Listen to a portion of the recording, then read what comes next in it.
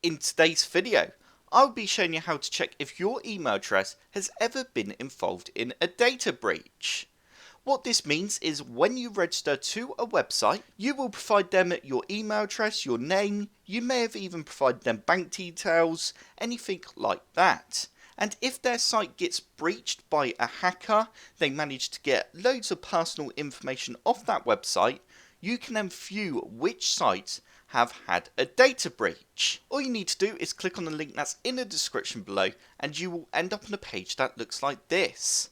We can now type in our email address and then click on check for breaches to see if our email has been involved in a breach. I'm going to go ahead and type in an email address now, and as you can see, the email has been known to appear in 36 data breaches. You can view all the websites that have had their data breached, and it will also tell you what data was compromised. As you can see here, this site had their passwords and IP addresses compromised. This site here had phone numbers.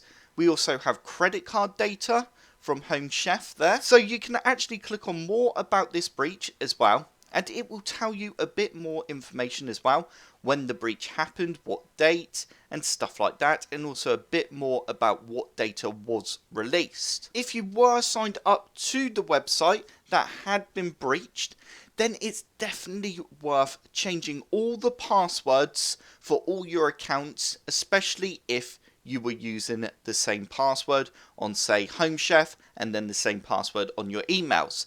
So it's definitely worth just reassurance change all passwords, just in case the hackers did get hold of your passwords. And that is pretty much it for this video. That is how easy to check if your email address may have been breached.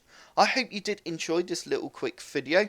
If you did, don't forget to hit the like button and subscribe for more computer sluggish tutorials.